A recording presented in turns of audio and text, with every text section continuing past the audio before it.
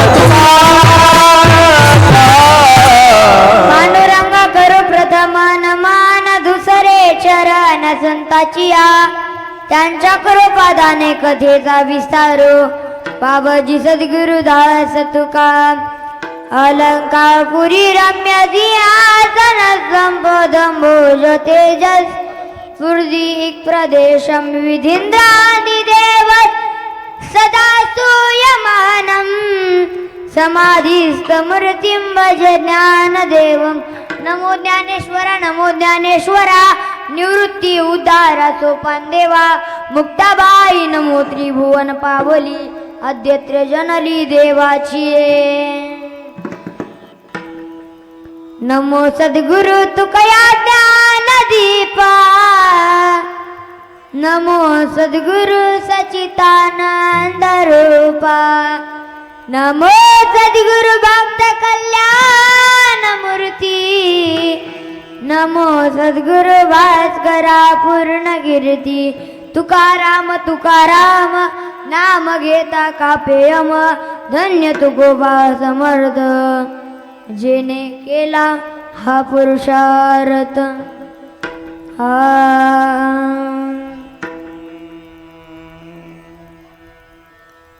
मनोजवं मारुततुल्यवेगम्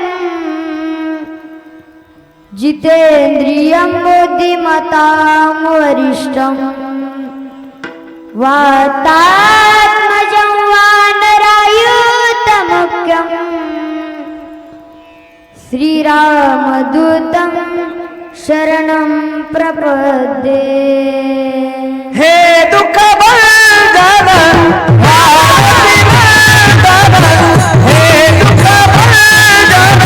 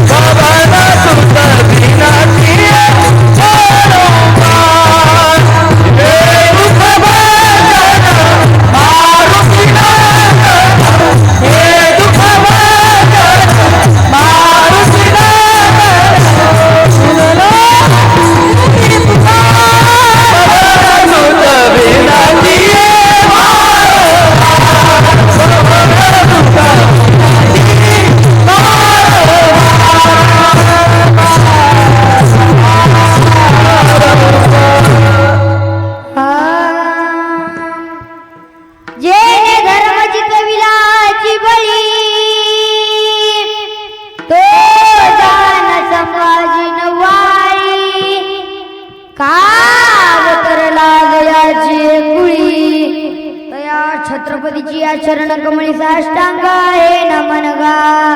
छत्रपती शिवाजी महाराज की जय. धर्मवीर संभाजी महाराज की.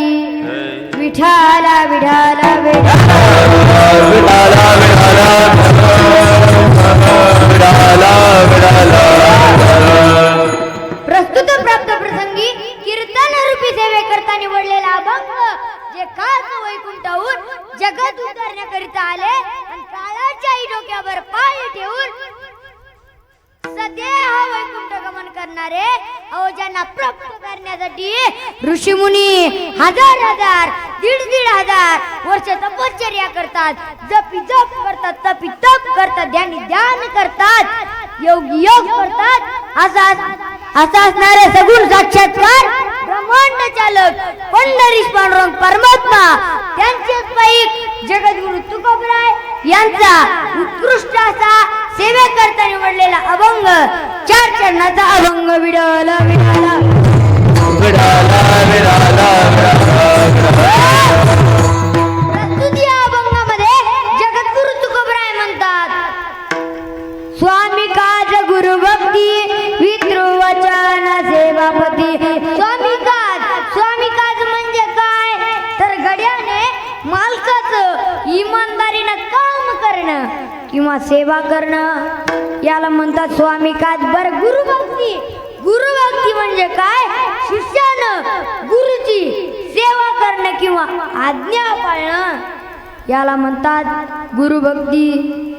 बर पितृवचन म्हणजे काय तर पुत्राने पित्याची सेवा करणं किंवा आज्ञा पाळणं याला म्हणतात पितृवचन. बर सेवापती म्हणजे काय?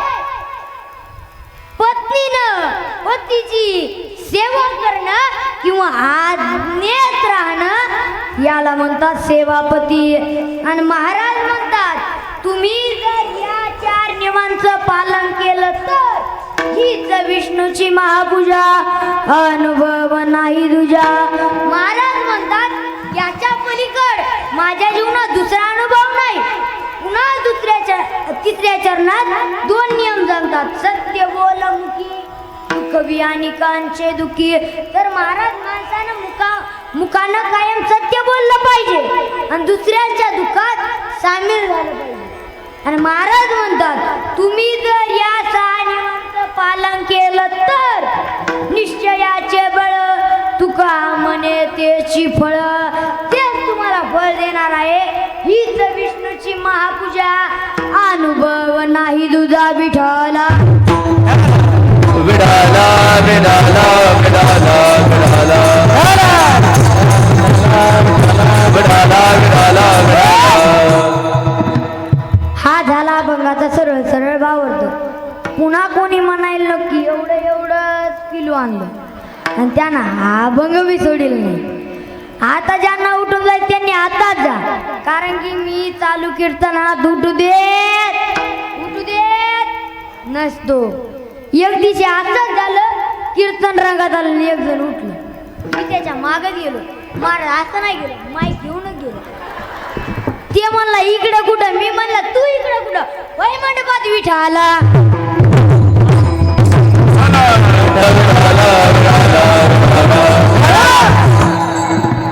प्रस्तुत अभंगावर बोलण्यापूर्वी थोडासा पर्याय द्यायचा, तो म्हणजे असा की आज आपल्या पुण्यपावन काळे साबरगाव नगरी येथे हनुमंतरायाच्या जन्मोत्सवानिमित्त 1 दिवसीय